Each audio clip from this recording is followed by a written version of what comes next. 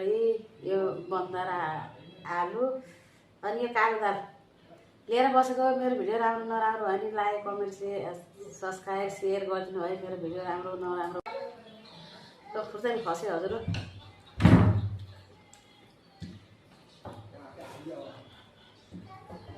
यो माछा